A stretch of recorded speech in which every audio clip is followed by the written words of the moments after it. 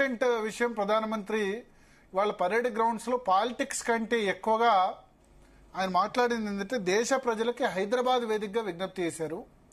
3-4 issues నేను 3-4 రోజుల క్రితం లైవ్లో చెప్పాను. ఏంటంటే మనకు డాలర్తో రూపాయి మారక విలువ చర్చ వచ్చినప్పుడు ఒకటి పెరగడానికి ప్రధాన కారణం గోల్డ్ విపరీతంగా కొంటారు. 1 సంవత్సరం వరకు గోల్డ్ కొనొద్దని మోడీ ప్రజలకు విజ్ఞప్తి చేశారు.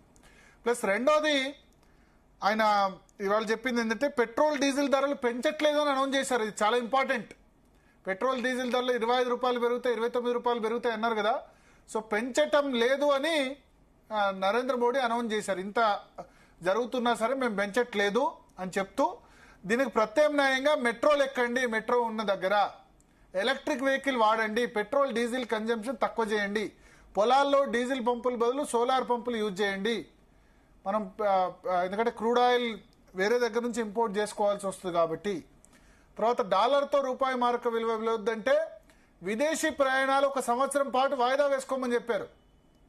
చాలా ఇంపార్టెంట్ థింగ్. విదేశీ ప్రయాణం అంటే మనం యూరోప్ ట్రిప్ లేకపోతే మామూలుగా అంటే ఉండే వాళ్ళైతే ఓకే, బట్ హాలిడే ట్రిప్పులు 1 సంవత్సరం పాటు విదేశీ ప్రయాణాలు వాయిదా వేసుకోండి.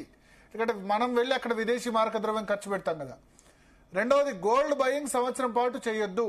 ఫెర్టిలైజర్స్ రైతులు 3,000 రూపాయల యూరియా బస్తాను ఫెర్టిలైజర్స్ ను 300 రూపాయలకు ఇస్తున్నాము, కానీ చాలా ఎక్కువ వినియోగం జరుగుతోంది. ఎరువుల వినియోగం, ఫెర్టిలైజర్ వినియోగం, యూరియా వినియోగం చాలా ఎక్కువ ఉంది. దీనివల్ల నేల సారం పోతోంది, కెమికల్స్ పెరిగిపోతున్నాయి. సేంద్రియ వ్యవసాయానికి మనం ట్యూన్ కావాల్సిన అవసరం ఉంది. ఎందుకంటే బాగా ఇంపోర్ట్ చేసుకుంటాయి ఫెర్టిలైజర్సే, రష్యా నుంచి కానీ చైనా నుంచి కానీ. గోల్డ్ కూడా ఎక్కువ ఇంపోర్ట్ చేసుకుంటాం. తర్వాత ఇంకో మాట చెప్పారు ఏంటంటే ఆయిల్, నూనె వాడకం తగ్గించండి. అట్లీస్ట్ 10% తగ్గిస్తే దేశ ఆరోగ్యానికి మంచిది, మీ ఆరోగ్యానికి మంచిది. నూనెలు తగ్గించండి. అంటే ఆయిల్ పామ్ ఆయిల్ చాలా ఎక్కువగా మనం మలేషియా నుంచి వేరే దేశాల నుంచి దిగుమతి చేసుకుంటాం. దాని బదులు ఇక్కడ ఆయిల్ పామ్ పంటను చాలా గట్టిగా కేసీఆర్ సమయంలో 20 లక్షల ఎకరాలు తెలంగాణలోనే సాగు చేస్తామన్నారు. కానీ ఇప్పుడు తెలంగాణలో 2 లక్షల ఎకరాలే సాగు అవుతుంది. ఆంధ్రప్రదేశ్లో హైయెస్ట్, తర్వాత తెలంగాణలో ఉంది. మిగతా నార్త్ ఈస్టర్న్ స్టేట్లో కూడా పెంచాలనుకుంటున్నారు.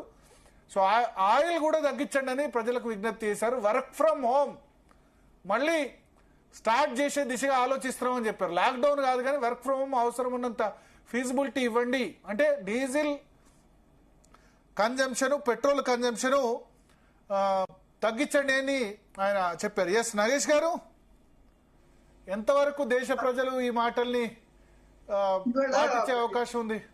ఇవాళ ప్రైమ్ మినిస్టర్ పబ్లిక్ స్పీచ్ లోనే ఇట్లా ఉన్నాయి. ఒకటేమో కాంగ్రెస్ ని తీవ్రంగా విమర్శించారు. ఏంటంటే మావోవాది ముస్లిం లీగ్ కాంగ్రెస్ అనేది ఆయన ఇది ఇక్కడ కాంగ్రెస్ మావోయిస్ట్ తుడుచుకుపోయినా కూడా కాంగ్రెస్ ఇప్పుడు మావోవాది కాంగ్రెస్ గా మారిపోయింది అనేది ఆయన దాని మీద చాలా తీవ్రంగా విమర్శించాడు. ఇది మొదటిసారి కాదు, ఒక లాస్ట్ 1 year నుంచి ఆయన చెప్తూనే ఉన్నారు. రెండో ముఖ్యమైన అంశం ఏంటంటే ఇది ఈ వెస్ట్ ఏషియాలో యుద్ధం అవుతున్న వల్ల ఇది భారతదేశం మీద చాలా తీవ్రమైన ప్రభావం పడింది. దీనికి ఏమిటంటే ఆయన దేశానికి ఒక అపీల్ చేశాడు. ఇప్పుడు ఏమిటంటే మీరు వరుసగా చెప్పినవి ఇది పెట్రోల్ డీజిల్ ఇది వృధా కాకుండా చూడండి, కార్ పూలింగ్ చేయండి, దాని తర్వాత పబ్లిక్ ట్రాన్స్పోర్ట్ యూజ్ చేయండి, మెట్రో రైల్వే చేయండి, వంట నూనె తక్కువగా వాడండి, ఫారిన్ వెకేషన్స్ తక్కువ చేసుకోండి, ఇలా ఒక వరుసగా ఒక లిస్ట్ చెప్పాడు. బంగారం గురించి ఏం చెప్పాడంటే ఇంతకు ముందు దేశం ఏదైనా సంక్షోభంలో పడినా యుద్ధం వచ్చినా కూడా గవర్నమెంట్ కి బంగారం డొనేట్ చేస్తుండేవాళ్ళు ప్రజలు. ఇప్పుడు అవసరం లేదు. కానీ ఇప్పుడు ఏం జరుగుతున్నది, ఏదైనా పండుగ పాపాలే వస్తాయంటే బంగారం కొనేసుకుంటున్నారు. దాంతో బంగారం ధర పెరిగిపోతున్నది.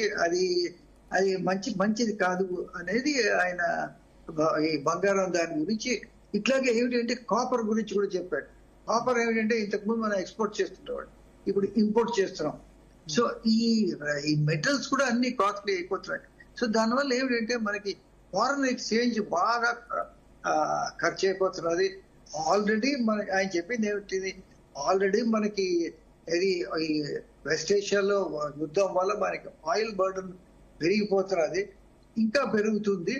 బట్ ఆయన ఇంకా పెంచమనేది అనలేదు, ఇప్పటిదాకా పెంచలేదు అన్నాడు. ఆయన గ్యారంటీ ఏమి ఇవ్వలేదు పెంచలేడు అనేది. ఎందుకైతే అది నేను అనుకోవడం ఇట్లాగే వెడుపు ధర ఇది ఇది బ్రెంట్ క్రూడ్ పెరిగిపోతుంటే ఇప్పటికి 110, 115, 118, 120 దాకా వెళ్ళిపోయింది బ్యారెల్కి. అది ఇరాన్ వాళ్ళు ఒకవేళ వాళ్ళు ఏమంటారంటే ఇంకా చూడండి ముందు ఉంది ఇంకాను మీ పండుగ $150 పోతుంది, అప్పుడు ఇండియా ఏం చేస్తుంది? అప్పుడు ఏంటంటే పంప్ లెవెల్లో ధరలు పెంచక తప్పదు. సో ప్రధానమంత్రి ఏమి నేను విన్నట్టుగా ఏమి ఆయన ఏం గ్యారెంటీ ఇవ్వలేదు ధరలు పెంచమనేది కదా.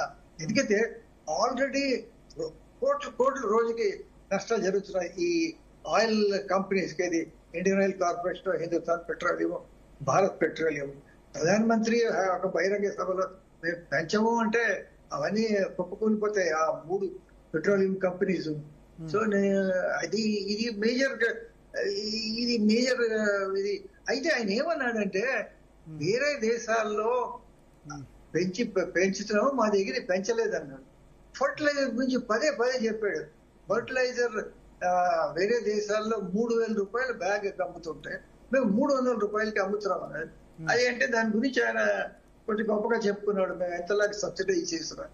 ఈ భారం అంతా గవర్నమెంట్ భరిస్తున్నది, ప్రజలకి పాస్ ఆన్ చేయటం అనేది ఆయన చెప్తున్నాడు. బట్ మెయిన్ గా ఈ రోజు స్పీచ్ అంతా ఎక్కువగా అపీల్ టు ద పబ్లిక్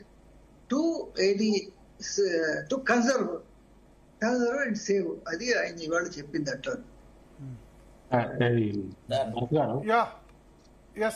ఇప్పుడు శరత్ గారు, నరహరి గారు చెప్పండి. నరహరి వేణుగోపాల్ రెడ్డి గారు.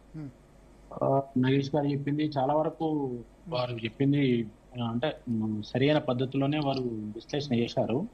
నేనే